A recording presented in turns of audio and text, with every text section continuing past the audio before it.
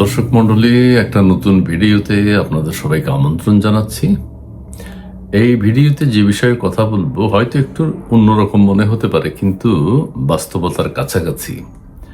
চীন, ভারত, বাংলাদেশ, পাকিস্তান, এই সম্পর্কগুলো কোন দিকে যাচ্ছে বা কোন দিকে যেতে পারে, আমাদের দেশের সাবেক সেনা কর্মকর্তারা ভারতের বিরুদ্ধে এইভাবে জিহাদি মনোভাব নিয়ে কিভাবে, কোন সাহসে কথা বলেন, সেই প্রসঙ্গে দু একটি কথা বলতে চাই। সেটা হচ্ছে, আমাদের মাননীয় প্রধানমন্ত্রী কিন্তু এখন চীন সফরে রয়েছেন। পাকিস্তান সফরে যাবেন না, কিন্তু ইচ্ছা আছে যাবেন। কিন্তু পাকিস্তানের সাথে ডক্টর ইউনূস আমাদের দেশের যে সম্পর্ক তৈরি করে গেছে, এবং পাকিস্তানের যত সমর্থক, জামাতে ইসলাম, এনসিপি সহ সাবেক সেনা কর্মকর্তারা সহ যারা আছেন, তারা সংগঠিত। তারা কেন এত জোরে কথা বলেন? বিকজ অফ পাকিস্তানের সাথে তাদের দহরম মহরম চলছে, সুসম্পর্ক আছে। কেন বারবার বলা হয় ভারতকে এই করবো সেই করবো, চিকেন নে খেয়ে দিব, 7 সিস্টার দখল করে নেব? ভারতও কিন্তু কোনো কথা বলে না। ভারত যে চুপ আছে, এটা ভারত কিভাবে নিচ্ছে আমি জানি না, কিন্তু এটা ভারতের জন্য এক ধরনের, ভারতের কোনো প্রতিক্রিয়া নেই। কেন নেই সেটা আমি জানি না, বা আমরা জানি না। কিন্তু আরেকটি কথা এইভাবে দেখেন যে, চীনে যে আমাদের প্রধানমন্ত্রী গেছেন, চীন থেকে ডক্টর ইউনূস সাহেব থাকার সময়ও কিন্তু অনেক যুদ্ধাস্ত্র, সমরাস্ত্র কেনার একটা চিন্তা ভাবনা চলছে। বর্তমান প্রধানমন্ত্রী গিয়েও চীন থেকে যুদ্ধ বিমান বা অন্যান্য সমরাস্ত্র কেনার পরিকল্পনা আছে। আমেরিকার সাথে আমাদের সম্পর্ক আছে, তাছাড়া পাকিস্তানের সাথে গভীর সম্পর্ক আছে। ভারত বাংলাদেশ যদি কোনোদিন সমস্যা তৈরি হয়, আমি আবারও বলছি, বাংলাদেশ ভারত যদি কোনোদিন কোনো সংঘাত তৈরি হয়, পাকিস্তান এগিয়ে আসবে বাংলাদেশে, বাংলাদেশ থেকে ভারতকে তারা ঘায়েল করার চেষ্টা করবে।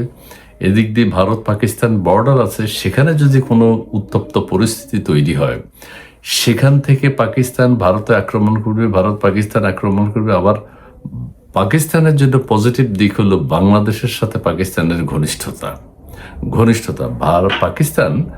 পাকিস্তান থেকে এসে বাংলাদেশে বসে ভারতে আক্রমণ করতে পারবে।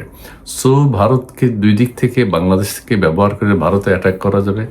পাকিস্তানের সাথে ভারতের বর্ডার আছে, সেখান থেকে অ্যাটাক করা যাবে। বাংলাদেশ বিভিন্ন যুদ্ধাস্ত্র, সমরাস্ত্র বিভিন্ন দেশ থেকে সংগ্রহ করছে, এইটা একটা ভারতের জন্য হুমকি। দ্বিতীয় কথা হলো, আরেকটি কথা হচ্ছে যে, চীনের সাথেও ভারতের এক ধরনের দ্বন্দ্ব আছে।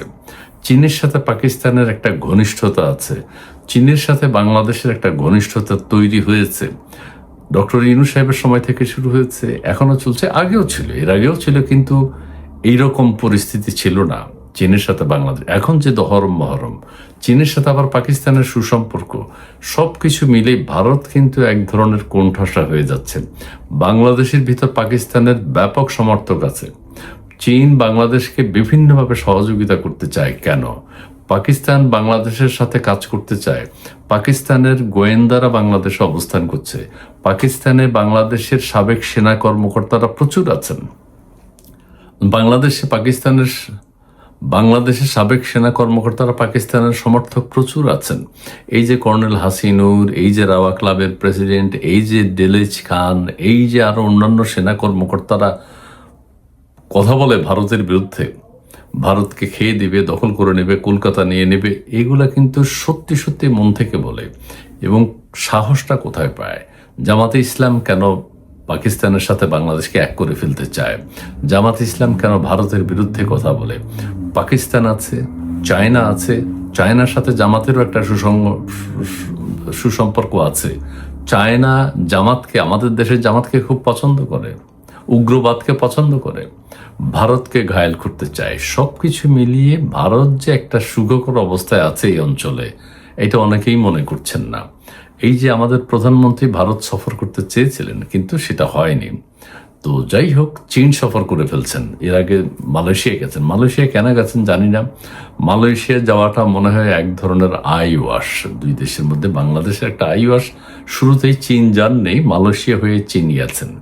সো সরাসরি চীন যাননি, চীন সফর করেননি। কিন্তু চীন সফর করে যেই সব অস্ত্রশস্ত্র কেনার ব্যাপারে স্বাক্ষর হচ্ছে, এটা ভারতের জন্য উদ্বেগ এবং উৎকণ্ঠার। বাংলাদেশের সাথে পাকিস্তানের যে ঘনিষ্ঠতা, এটা ভারতের জন্য উদ্বেগ এবং উৎকণ্ঠার। বাংলাদেশের সাবেক সেনা কর্মকর্তারা ভারতের বিরুদ্ধে যেভাবে কথা বলেন, পাকিস্তানের সাথে ব্যারিস্টার ফুয়াদ, ব্যারিস্টার শাহরিয়ার কবির, আরও সাবেক সেনা কর্মকর্তাদের যে সুসম্পর্ক, ভারত আতঙ্কিত হচ্ছে না, কিন্তু আতঙ্কিত হওয়ার যথেষ্ট কারণ আছে। বাংলাদেশকে ছোট বললে হবে না। বাংলাদেশের সাথে পাকিস্তান আছে, বাংলাদেশের সাথে চায়না আছে। তো সেই ক্ষেত্রে ভারতকে তাদের ভবিষ্যৎ চিন্তা অস্থিতিশীল করে রাখবে, কিছু করতে না পারুক, কিন্তু ভারতকে অস্থিতিশীল করা, বর্ডারকে অস্থিতিশীল করা, এটা বাংলাদেশে থেকে পাকিস্তানের পক্ষে সম্ভব। ভারতে পাকিস্তানের সাথে বর্ডার আছে, বাংলাদেশে এসে যদি পাকিস্তান যুদ্ধ করতে পারে, এটা বাড়তি পাওনা হবে। ওইদিকে চীন ভারতের খুব একটা প্রকৃত বন্ধু নয়, মাঝে মধ্যেই যুদ্ধ লেগে যায়, যুদ্ধ বেঁধে যায়। তো সব কিছু মিলেই আমার মনে হয় চীন, বাংলাদেশ, পাকিস্তান একটা গভীর সম্পর্ক তৈরি হয়ে যুদ্ধাস্ত্র আনা নেয়া, আদান প্রদানের মাধ্যমে ভারতের বিরুদ্ধে একটা শক্তি হয়ে দাঁড়াচ্ছে। ধন্যবাদ।